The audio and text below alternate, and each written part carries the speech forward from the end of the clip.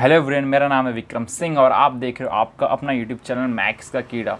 तो guys, guidelines instruction university ने release कर दी है जो आपके जुलाई अगस्त में एग्जाम होने वाले उसकी। तो क्या गाइडलाइंस है पूरा आप देख सकते हो पीछे स्क्रीन पर। तो लैपटॉप की स्क्रीन पर देखते हैं क्या है गाइडलाइंस, आपको पूरा डिटेल में बताऊंगा, इसलिए वीडियो को एंड तक देखिएगा।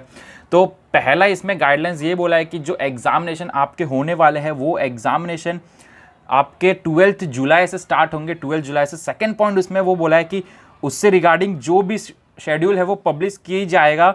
देखो इस वाले वेबसाइट पे www.unipune.ac.in पर आप जाके सारे शेड्यूल्स जो है वो चेक कर सकते हो। अब इसके अंदर थर्ड पॉइंट उन्होंने ये कहा है कि जो आपके एग्जाम्स होंगे वो एमसीक्यू पैटर्न में होंगे।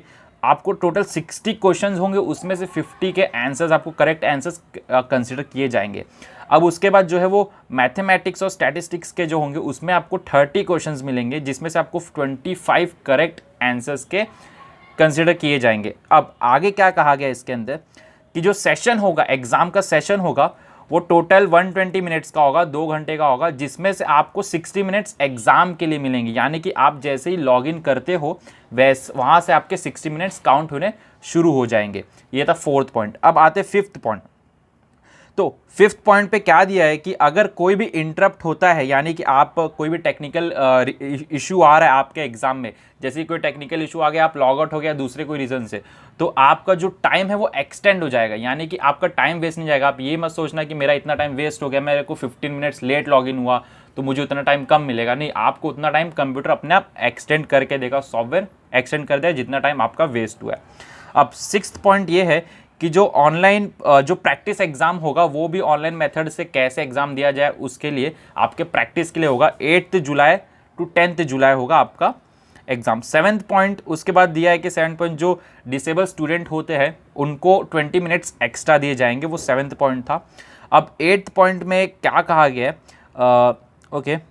तो हाँ 8 पॉइंट में ये कहा गया है कि एक मिनट हम ज़्यादा ऊपर आ, हाँ 8th पॉइंट में ये कहा गया है कि इसका आपको रिकॉपी और रिवॉल्यूशन नहीं मिलेगा, रिवैल्यूशन के लिए नहीं मिलेगा, और आपको इसका कोई भी फोटो कॉपी नहीं मिलेगा, रिवैल्यूशन के लिए अवेलेबल नहीं होंगे, ये ऐसा कहा गया है इसके अंदर 8th पॉइंट में। अब 9th पॉइंट में क्या है कि जो स्टूडेंट्स हैं उसको ऑनलाइन एग्जाम के बारे में इन्फॉर्म कर दिया जाएगा एसएमएस या फिर मेल के थ्रू। इसलिए आपका जो भी स्टूडेंट प्रोफाइल सिस्टम के अंदर मेल या कॉन्टैक्ट नंबर है वो एक्टिव रखिए ताकि उसी पे आपको मैसेज आएंगे। अब 10th पॉइंट क्या दिया हुआ है कि कौन कौन से स्टूडेंट ग्रेवियंस के लिए भर सकते हैं। ठीक है, अब देखिए उसके अंदर दिया गया है कि ऐसे स्टूडेंट जिनको लॉगिन नहीं हो रहा या फिर लॉगिन हो करके वो लॉग आउट हो गए, ठीक है, फिर वापस उनका लॉगिन नहीं हो रहा, लॉगिन में प्रॉब्लम आ रहा है ऐसे स्टूडेंट को, क्योंकि बहुत ज़्यादा कन्फ्यूजन हुई थी लास्ट टाइम ग्रेवियंस फॉर्म में। कौन सब बच्चे सोच रहे थे हम ग्रेवियंस भरे कि नहीं, हमारा ये इशू है, तो इसलिए इस बार यूनिवर्सिटी ने वो चीज़ क्लियर कर दिया, आपको डायरेक्ट इधर पे मेंशन कर दिया कि ये स्टूडेंट ग्रेवियंस भर पाएंगे।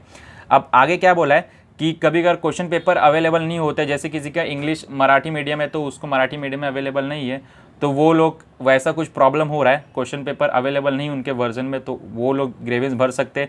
इमेजेस डिस्प्ले नहीं हो रहे कि कुछ क्वेश्चंस इमेजेस के फॉर्म में रहता है, अगर वो इमेज डिस्प्ले नहीं हो रहे तो वो भर सकते हैं ग्रेवियंस। फिर रॉन्ग क्वेश्चन पेपर डिस्प्ले हो रहा है तो वो भर सकते हैं। अनएबल टू सबमिट पेपर अगर सबमिट नहीं कर पा रहे तो वो लोग भर सकते हैं। फिर ओवरलैप विद अदर एग्जाम, मतलब दूसरे एग्जाम के साथ उनका एक और एग्जाम ओवरलैप कर जा रहा है तब वो भर सकते हैं।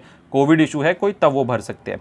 अब आगे इसके अंदर क्या दिया हुआ है, ओके, तो इसमें आगे इसमें बोला है कि जो स्टूडेंट प्रोफाइल सिस्टम से हम लोग फिर ग्रेवियंस फॉर्म के कंप्लेंट डालते हैं, तो सारे स्टूडेंट्स के कंप्लेंट ज़रूरी नहीं कि उनके री एग्जामाइन हुए होंगे, वापस से एग्ज़ाम होगा, वापस से उनके कंप्लेंट को कंसिडर किया जाएगा, नहीं, सारे के सारे स्टूडेंट का नहीं होगा।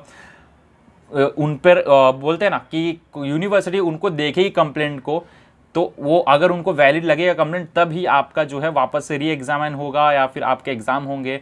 ठीक है, आप मतलब आप अगर यूनिवर्सिटी के को प्रॉपर आप रीज़न दे पाते हो कि हाँ इस वजह से मैंने ग्रेवियंस भरा, इस वजह से मेरा पेपर में ये प्रॉब्लम है, तभी आपको कंसिडर किया जाएगा, नहीं तो आपके कंप्लेंट को नहीं माना जाएगा। अब आगे 12th पॉइंट में क्या बोला है कि स्टूडेंट्स को प्रॉपर ऑप्शन सिलेक्ट करना चाहिए।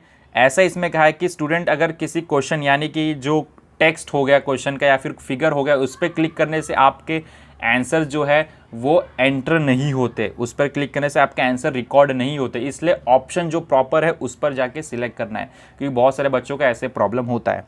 अब उसमें 13th में क्या बोला है कि अगर कोई स्टूडेंट मिसबिहेव करता हुआ पाया गया तो उसके ऊपर कार्रवाई ली जाएगी, ठीक है। जो भी उनका ऑर्डिनेंस सी वगैरह है उसके बेसिस पर उन स्टूडेंट्स के ऊपर कार्रवाई की जाएगी। तो गाइज़ ये था इसके अंदर। अब बाकी इसके अंदर कुछ नहीं गाइज़, ये सब कुछ आपको डिटेल बता दिया। अगर अभी भी आपको कोई डाउट है तो प्लीज़ नीचे कमेंट करिएगा, मैं ज़रूर उसका आंसर करूँगा। चलिए मिलते हैं नेक्स्ट वीडियो में नेक्स्ट अपडेट के साथ। Thank you very much for watching the video. और हाँ, अगर आपने चैनल को सब्सक्राइब नहीं किया तो सब्सक्राइब ज़रूर करिए, क्योंकि ऐसे ही अपडेट्स हम लाते रहते हैं।